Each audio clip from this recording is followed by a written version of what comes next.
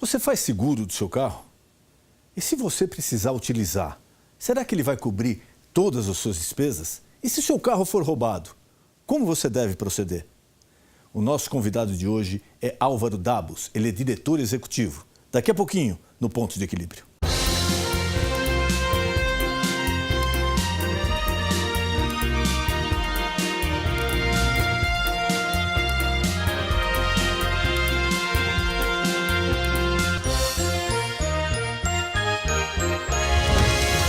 Automóvel hoje em dia pode facilitar muito a nossa vida nos deslocando para qualquer lugar.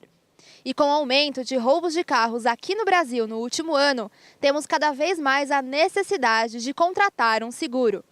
Os seguros foram criados para amenizar a perda total do patrimônio. E apesar de muita gente achar que é caro ou que é um gasto desnecessário, essa é uma forma de sentir que temos algum tipo de segurança. Segundo dados da Confederação Nacional de Seguros, no último ano, 57 veículos foram roubados por hora aqui no país. O que te motivou a contratar o seguro do seu carro? Segurança. Garantia de que eu não ia ter nenhum problema, perder o meu patrimônio. A violência em São Paulo, o seu bem que você tem que resguardar, enfim. Pra gente não ficar sem, pode acontecer alguma coisa na rua, então o seguro ajuda a gente a resolver os problemas, né? Por motivo de roubo, que hoje é muito grande, por acidente também, que hoje ocorre muitos acidentes. E você acha caro o seguro de carro aqui no Brasil? Considerando o índice de roubo, acho que infelizmente o preço tá dentro do que tem que ser. Acho muito caro, sim. Não tem parâmetro de como é nos outros países, mas sem dúvida, proporcionalmente ao valor do carro, eu acho caro. É caro em razão até do problema de furto, de roubo que existe, né? Acho muito caro. E você sabe por que é tão caro o seguro de carros aqui no Brasil? Conforme a situação do país, né? Falta de segurança, de tudo. Imagino que seja risco do negócio que a seguradora assume, suponho. Exatamente por conta da violência, por conta dos índices de roubo, por conta dos índices de acidente também, que é muito alto, enfim. Em razão disso, de assaltos, roubo, furtos que acontecem, é por isso que acaba gerando o preço. Não sei. Álvaro Dabos é diretor executivo da AD Corretora de Seguros. É advogado formado pelo Mackenzie, corretor de seguros habilitado pela SUSEP, MBA executivo e em administração. É formado pela Fundação Dom Cabral. Há 34 anos atua no mercado de seguros na estruturação e gestão de programas de seguros para empresas do setor de indústria, comércio, serviços e agroindústria. É especialista em seguros patrimoniais, transportes nacional e internacional, vida, saúde, automóvel, responsabilidade civil, entre outros. Muito boa noite, meu amigo, minha amiga. O nosso encontro de final de noite, programa Ponto de Equilíbrio. E nessa noite é com imenso prazer que recebemos Álvaro Dabos, ele é diretor executivo. Álvaro, obrigado por ter aceito o convite, prazer recebê-lo aqui. Prazer é meu estar aqui presente com vocês e compartilhar um pouco da minha experiência desses anos todos atuando aqui no mercado como corretor de seguros. Eu sou advogado também e esse ano eu completo 33 anos na AD, que é a nossa empresa, do qual eu participo. Que também uma vasta experiência. Já está há 36 anos no mercado, é bastante tempo. E as pessoas, quem não passou por um furto ou um roubo de veículo, não pode avaliar, né? É só a pessoa sentindo mesmo, e se tem seguro ou não tem, mas o que muita gente que tem seguro hoje em dia reclama é que o custo, né? Parece que o custo está muito elevado e a pessoa às vezes faz aquela análise, será que vale a pena eu correr o risco? Será que vale a pena eu fazer o seguro do meu carro, do meu bem? Ou se não, olha, está muito caro, esse ano eu não vou fazer no próximo. Eu queria que você passasse um pouco para a gente o sistema de seguro brasileiro, como ele funciona, o custo para a seguradora, o custo para o consumidor, essa relação, essa proporção, como é que se encontra atualmente? Bom, o seguro de automóvel aqui no Brasil, ele contempla a cobertura primeiro do próprio veículo, que normalmente indeniza o caso de roubo. Desculpe, é o seguro mais feito no Brasil, de automóvel? Isso faz parte da cultura do brasileiro. A verdade é que ainda o sentimento de posse, o carro se torna um grande investimento da família. É uma conquista de um patrimônio. Né? Eu costumo dizer que, às vezes, deixam de fazer o seguro de vida, por exemplo, para garantir a família e a falta do responsável financeiro para contratar o seguro do automóvel. Então, realmente é uma questão cultural, a gente não tem o sentimento de poupança que existe em outros países, então vamos mais para o que está mais próximo, que no caso é proteger o bem que é tido como patrimônio. Então, como eu estava dizendo, você tem o seguro do próprio veículo, aí conjuga com a cobertura de responsabilidade civil, que aqui no Brasil é tratado como seguro de terceiros, que vai garantir os danos materiais e os danos corporais e os danos morais causados a terceiro em eventual acidente do qual você seja o responsável, e também um acidentes pessoais de passageiros, que também vai garantir a morte e a invalidez por assento, é um seguro. Essas três modalidades conjugadas... Aí seria a morte e a invalidez da pessoa que está no seu veículo ou no veículo do terceiro? Não, que está no seu veículo. No seu veículo. Né? Então, você conjugando essas três coberturas é a modalidade mais feita hoje no Brasil. Mas quando a gente pensa só no roubo, eu costumo dizer que tem um pensamento que poderia ser um pouquinho melhorado. O roubo de um carro traz para você uma perda definida. Ou e seja, no Brasil, se você... quase um carro por minuto, né? Porque 57 por hora, quer dizer, a cada minuto um veículo é roubado. Vamos supor que você tem um carro de 50 mil reais. Então, quando você pensa em contratar o seguro somente pensando no roubo, na proteção do roubo, você deixa de pensar que esse carro você pode se envolver num acidente e causar um dano a terceiro, você pode bater num carro importado de 200 mil reais, por exemplo, ou você pode atropelar uma pessoa, no outro carro poderia estar um médico, um juiz de direito. Eu não tenho nada contra juiz de direito, pelo contrário, eles estão fazendo um belo de um trabalho, mas imagina se isso acontecer. O que vai acontecer é que você provavelmente vai ter que vender parte do seu bem, vai colocar a mão no seu bolso, vender a sua casa. E esse é um tema muito importante, porque quando você entra no processo de renovação do seguro do seu veículo, você entra numa espécie de um piloto automático. Quando eu digo você, eu digo o consumidor de uma maneira geral. Ele consegue olhar quanto ele pagou no ano passado, por exemplo. Eu paguei R$ 1.500, R$ 2.000 no ano passado.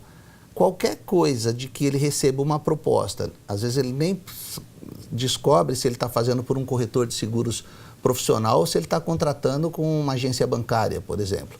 Então, qualquer questão de R$ 100 a mais, ele muda de seguradora e ele deixa de ver quais seriam os limites. Já por falar nisso, eu queria te fazer uma pergunta. Você tem um veículo? Tem. E você costuma, quando você vai renovar, você lembra qual é o valor que você contratou para cobertura de danos materiais, danos corporais, ou se tem uma cobertura de danos morais? Não, da cobertura eu lembro que tem. Agora, dos valores, quanto, realmente não lembro. O que acontece é que isso é muito frequente. As coberturas que normalmente quem está fazendo ou está oferecendo para você são coberturas padrões, por exemplo, R$ 50 mil para danos materiais, ou seja, até R$ 50 mil se você bater num carro, e às vezes R$ 50 mil para danos corporais. E muitas vezes nem se contrata uma cobertura de danos morais que conjugada nesse... O que seria a cobertura para danos morais? No caso de você for responsável por um acidente que cause um dano corporal para uma pessoa que vá para o hospital, que vai ficar internada, e existe já jurisprudência no sentido que existe um dano ocasionado em função de ele ficar triste ou ter um abalo psicológico. Quer dizer, não tem nada a ver com a despesa do hospital. Não tem a ver. O dano moral está relacionado à mente da pessoa. Então, já existe muitos julgados colocando um valor adicional por todo aquele aborrecimento que houve em função do acidente. Mas voltando no exemplo, supondo que esse seguro, num pacote que lhe oferecem mais ou menos padrão, custe R$ 1.200, por exemplo, de um veículo padrão com bônus de renovação elevado. Se você multiplicar por 10, ou seja, ao invés de ser R$ 50 mil, R$ 500 mil, e ao invés de ser R$ 50 mil, você pode colocar talvez R$ 1 milhão de cobertura de danos corporais, que é o meu caso, por exemplo, que é o que eu contrato, provavelmente com R$300 a mais, R$400 a mais, você tem uma cobertura muito grande. E se você dobrar a sua cobertura atual ou triplicar, você vai gastar um pouco mais que R$100. Quer dizer, a diferença é muito pequena para uma cobertura de 50 mil ou a de 200 mil, vamos supor. Exatamente, é uma questão de consciência. Como eu disse para você, no momento da renovação, eu até dou uma dica para as pessoas que estão assistindo o Ponto de Equilíbrio: desliga o piloto automático. Pensa que isso não é só o que importa, é a perda do seu patrimônio, mas é o que esse carro pode causar a terceiro e que lá na frente venha afetar o que você acumulou até hoje ao longo da sua vida. Porque realmente a primeira coisa que a pessoa pensa é: peraí, meu carro vale 50, se me roubarem, quanto eu vou receber? É a primeira pergunta. Mas a gente tem que pensar o que esse carro pode causar de danos a terceiros. E tem um outro ponto para você imaginar: o próprio seguro de terceiros, para quem tem um veículo que não é aceito, porque no mercado local as seguradoras normalmente aceitam um seguro até 10 anos de idade. A partir de 10 anos, ou fica muito caro ou as seguradoras não aceitam. Por quê? Porque as peças vão ficar, às vezes os modelos ficam fora de uso, as peças ficam mais caras, os carros podem apresentar maiores problemas, enfim. Até tem um tema interessante que ainda não está pacificado, que desde que foi colocado a lei dos desmanches, esperava-se que com uma nova configuração desse sistema, e você tendo peças remanufaturadas, que poderia iniciar logo a comercialização do chamado seguro popular, onde os preços poderiam diminuir, estimavam-se em 30%, em função de, para esses carros, vamos dizer, que não eram aceitos no mercado, você poderia contratar um seguro com uma cláusula que permitiria você utilizar peças remanufaturadas, né, todas catalogadas. Mas ainda o nosso mecanismo não funcionou ainda, não está pronto, mas existe uma tendência para que isso aconteça. Então, a gente estima que aí nos próximos meses ou no próximo ano já tem alguma novidade, tem algumas arestas para ajustar em função da regulação ou da regulamentação, né? Código de Defesa do Consumidor, por exemplo. Essa parte do veículo antigo, às vezes o valor, mesmo aceitando, o valor do veículo fica desproporcional ao que se paga. Então a pessoa desiste, né? Porque o veículo, de repente, ele custa no mercado aí 7, 8 mil e o seguro é 1.500, 2.000. Quer dizer, a pessoa não faz. Então, nesse caso, qual que é a nossa recomendação? Você não faz o seguro do carro porque você pode perder 7, 8 mil reais, mas você deve contratar o seguro de terceiros. Exato, porque o dano causado a terceiro... O dano que esse carro de 8 mil reais pode causar um dano de 100, de 200. E é possível feito isso? Um seguro só contra terceiros? Existem seguradoras, sim, que aceitam seguro só de terceiros. Então, tem um mercado bem grande e tem oportunidade para buscar opções. E o mercado brasileiro, como é que ele está? Porque aqui no Brasil o seguro de carro ainda não é obrigatório, né? Nos Estados Unidos, na maioria dos estados, você não consegue comprar o carro se você já não apresentar a pólice de seguro. Lá é lei. Para você ter o carro, você tem que ter o seguro do veículo. Mas aqui no Brasil, qual a projeção do seguro? Qual o número de veículos, o percentual de veículos segurados? Como vai se comportar daqui para frente? Esse é um grande desafio. Hoje, estima-se que de 25% a 30% apenas do total da frota em circulação são seguradas. É pouco, se comparando com o resto do mundo? É pouco. Tem uma outra variável, e eu andei lendo recentemente, que de cada 100 veículos novos, 85 são segurados. Então tem essa componente. O que acontece, a gente tem visto vários textos circulando na internet, demonstrando uma tendência para ter uma virada muito grande nessa questão de veículos segurados versus da frota. Com o surgimento dos carros não tripulados, ou seja, os veículos autônomos, estima-se que o preço de seguro vai diminuir bastante, consideravelmente, Isso, estamos O falando... carro não tripulado, só para a gente deixar mais... não vai ter mais um motorista Isso, no carro, no táxi, é como se você ônibus. chamasse um Uber até você, sem motorista, e ele levaria você até o seu trabalho. Isso pode parecer alguma coisa muito futurista, mas já existe. O Google teve um carro que rodou 2 milhões de quilômetros e teve um único acidente. E não foi culpa dele, né? Parece que ele foi fechado por um caminhão, uma coisa assim. E existe também uma outra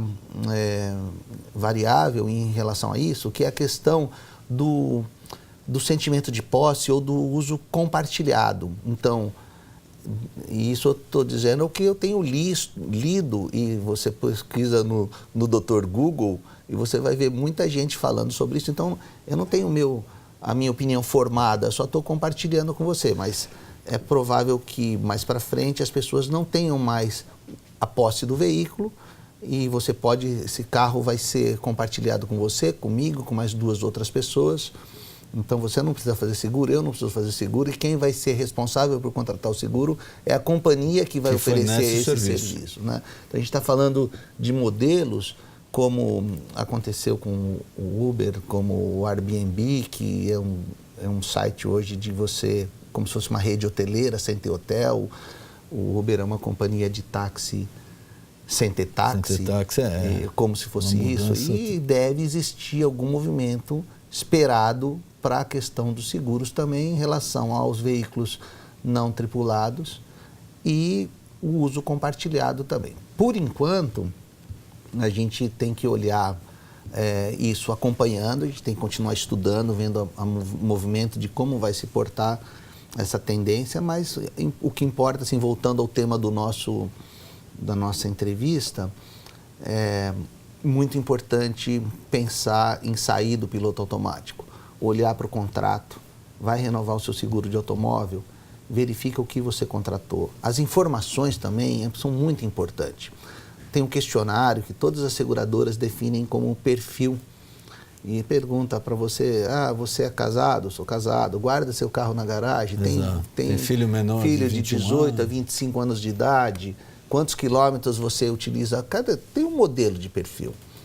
O que acontece é que muitas vezes o consumidor, ele imagina que ele declarando informações não exatas, ele vai receber um desconto ou vai pagar menos.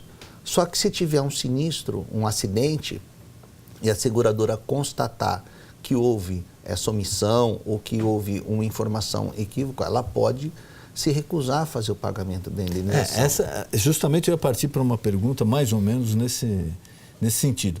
Porque às vezes as pessoas reclamam, falam, olha, na hora de pagar eu fui lá, paguei, aí aconteceu um sinistro, ou uma batida, um acidente, ou furtaram meu carro, agora a seguradora está fazendo um inferno na minha vida, que não quer pagar, existe tal documento. Essas reclamações, lógico que deve ter o lado que a seguradora tem que tomar as precauções, mas também pode ter passado por uma falta de informação correta fornecida à seguradora. É muito importante, quando for responder o questionamento ou o perfil, responder de forma correta. Se seu CEP de domicílio é um bairro Lapa, você vai dizer que é na Lapa. Se você mora em São Paulo e de vez em quando vai para o interior, o que vale a pena, o que vale para o contrato é o local da maior utilização do veículo. Então você vai declarar que você mora em São Paulo, na Lapa. É mais caro o seguro de quem mora em São Paulo, eu estou dizendo a Lapa, mas podia ser Pinheiros, qualquer outro bairro, do que quem mora em Bauru, por exemplo, que é minha terra natal. Lá em Bauru o seguro às vezes pode custar metade do que custa aqui em São Paulo. Então você não pode imaginar, porque a sua casa é em Bauru e você trabalha aqui durante a semana, se ficar constatado que você estava aqui, que você frequenta São Paulo, que você trabalha e de vez em quando você vai para lá, que não é o seu domicílio na maior parte do tempo, a seguradora com certeza irá recusar o pagamento, porque você não informou, não deu a informação correta.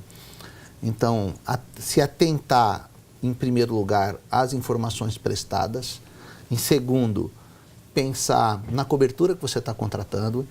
Pensar na assistência 24 horas. que esse é um outro pacote que hoje já vem praticamente dentro, questão da assistência 24 horas, do guincho, se você tem limite de quilometragem para levar um guincho, se você mora no interior, 100 quilômetros de guincho, tá ótimo. Você mora e costuma viajar e se deslocar com mais em outras cidades, você pode ter um limite de quilometragem maior. O carro reserva, que é normalmente, se você tem que saber que se você for utilizar o carro reserva que está no seu contrato, é obrigatório você ter um cartão de crédito para entregar numa locadora. Então, às vezes, você utiliza o carro, vai pedir o carro reserva e não tem como passar pelo crivo da locadora de veículos, que isso é serviço. Então, mas eu quero um carro com ar-condicionado, direção hidráulica e airbag. No seu contrato previa um carro reserva popular. É ler o contrato. Ler o contrato para ver até que ponto é direito seu reclamar ou não é, né? E também escolher um corretor de seguros profissional. Esse eu acho que é fundamental. Quais os cuidados que a pessoa tem que ter? Porque às vezes aquela história, ele fez seguro para um amigo meu, para um parente meu, cara legal, tudo. Quais os cuidados que a pessoa tem que ter quando ela vai contratar um corretor de seguro?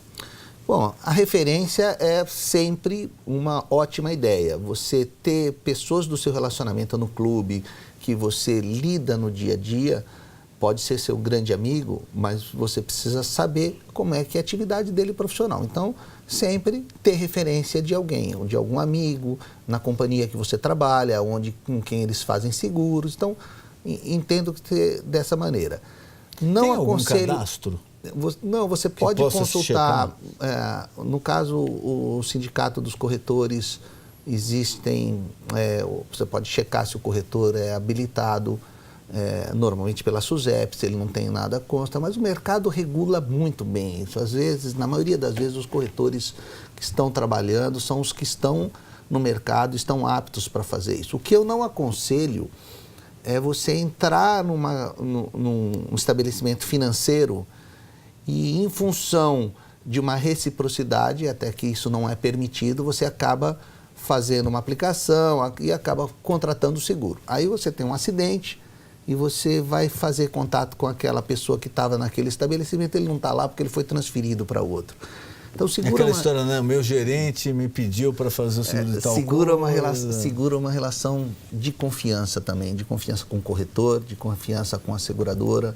Eu não aconselho ficar toda hora mudando de seguradora, porque essa ficou R$50 mais barato, essa R$100 mais barato. Eu acho que o mais importante é você ter um histórico da utilização, um histórico mantendo na companhia, e com o corretor também, porque eles são profissionais capazes, eles sabem como funciona o mercado, eles vão te orientar da melhor forma para você contratar o seguro mais adequado ao seu perfil e à sua utilização. Porque, inclusive, o corretor, a pessoa tem que encarar, o corretor, ele vai defender o seu interesse, né, num sinistro, em alguma coisa, perante a seguradora. Exatamente. Ele não trabalha para a seguradora, ele tem que trabalhar para você. No Brasil, a gente não tem a figura ainda do agente, que é o funcionário da companhia, ele só oferece o seguro daquela companhia. No Brasil, a gente tem a figura do corretor de seguros, ele é o responsável, é o profissional capacitado e legalmente habilitado para oferecer para você as alternativas que tem no mercado. Então, ele pode trabalhar com a seguradora A, B, C ou D no momento da renovação, ou ele pode trazer para você, olha que essa companhia oferece esse diferencial e esse diferencial. Isso é o ponto mais importante, você ter a chance de desligar o piloto automático, como eu digo, analisar a proposta, fazer o comparativo e lembrar do seguro de responsabilidade civil de danos materiais, danos corporais, pedir a cobertura de danos morais e aí você vai dormir tranquilo. Tem algumas seguradoras que oferecem sistema de rastreamento do veículo e tem gente que não gosta, fala, não vou pôr isso no meu carro, porque vai furar meu carro, vai ficar lá no meu carro e eu não quero... Como funciona isso daí? É uma forma de se diminui um pouco do valor para tentar se obrigar a pessoa a colocar esse equipamento no carro? No passado, esses dispositivos eles eram mais complexos de ser instalados. Então tinha muita discussão sobre quebra de garantia. Eu comprava um carro novo e a seguradora ia através de uma empresa de rastreamento e mexia na instalação elétrica. Hoje mudou bastante esse conceito. O seguro é um contrato de adesão e você tem que aderir naquelas condições pré-estabelecidas. Se você tem um veículo de valor elevado, de R$200 mil, por exemplo, ou acima de R$150 mil, provavelmente a proposta prevê um custo de X mil reais por ano, condicionado à instalação do rastreador. Porque dessa maneira você vai pagar menos, porque a seguradora vai ter a chance, no caso de tiver um roubo, de recuperar o veículo. Nós já tivemos clientes que não quiseram instalar o rastreador. Então, nós tivemos seguradores, então eu não aceito se não instalar o rastreador, e aí você tem que encontrar uma companhia que aceita para aquele modelo sem rastreador.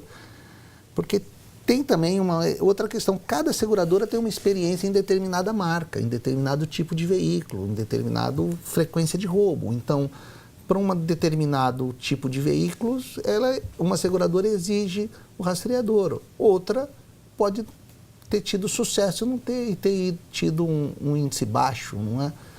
Então... Quer dizer, tem que pesquisar. Tem que checar e, de novo, volta a conversar com o seu corretor e pedir orientação para ele. Ele é a melhor pessoa, a mais bem preparada para ajudar e fazer um contrato muito bem feito. Queria mais uma vez agradecer a sua presença aqui e colocar à disposição algum tema que eu não perguntei, algum recado que você queira passar ao nosso telespectador, por favor, fique à vontade. Eu que agradeço a oportunidade de vir aqui, dividir um pouco da experiência que a gente tem nesse mercado. Eu sou muito otimista, mesmo sabendo que as vendas de veículos, eu li agora no jornal no domingo, sofreram uma queda de 22% em relação ao mesmo período do ano anterior. O Brasil, ele enfrenta uma nova possibilidade de crescimento. Eu acho que isso é passageiro.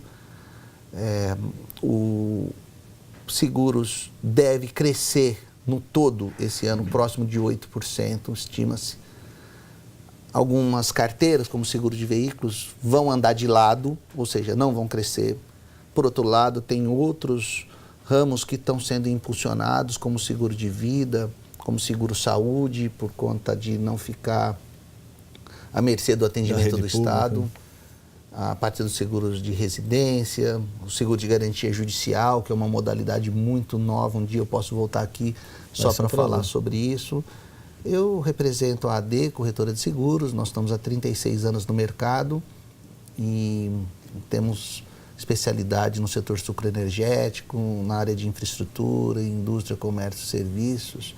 E também na área de pessoas físicas, a gente tem um trabalho aí com veículos de valor agregado, veículos importados. É isso. Muito obrigado. Foi um prazer recebê-lo aqui. Que bom. O nosso encontro de final de noite, programa Ponto de Equilíbrio. Boa noite.